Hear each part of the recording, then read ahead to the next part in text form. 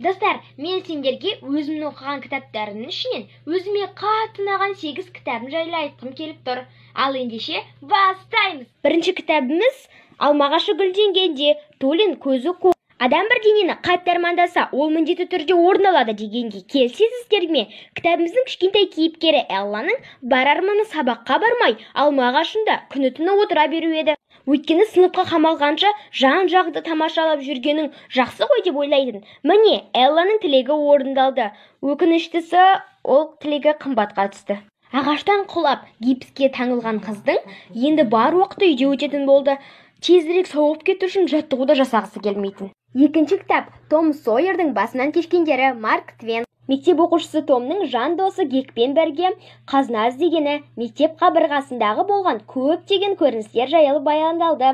Оқиға тілі бай, түрлі тартыстарға толы, кейіпкер және олардың өмірі дүние танымы арқылы сол кездегі, яғни 18 ғасырдағы Америка құрама штаттардағы шағын қалашықтар тұрғындарының күнделікті жұмыс тіршілігі, қарапайым адамдардың, діни қызметкерлердің психологиясы, болмысы, түсінігі көз алдыңа келеді.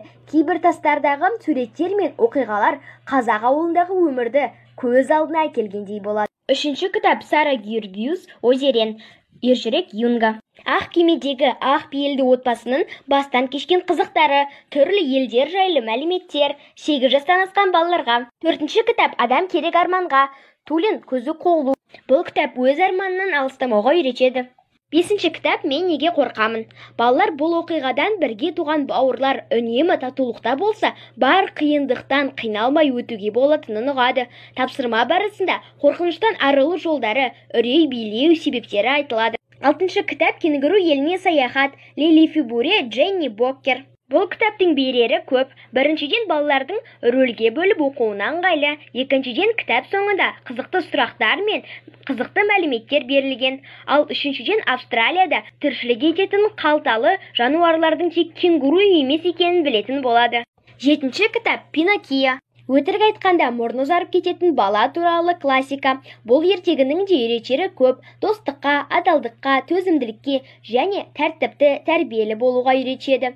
Өтірік айтудың арты жақсылыққа апармайтынын айтады. 8-ші ертегі ғажайып түс. Әдемі түс көріп оянғанда тәтті сезіммен арыла алмай, әттең түсім шындыққа айналса ғой деп жатамыз кейде. Кезекті ертегіміз де сол ғажайып түс жайлы.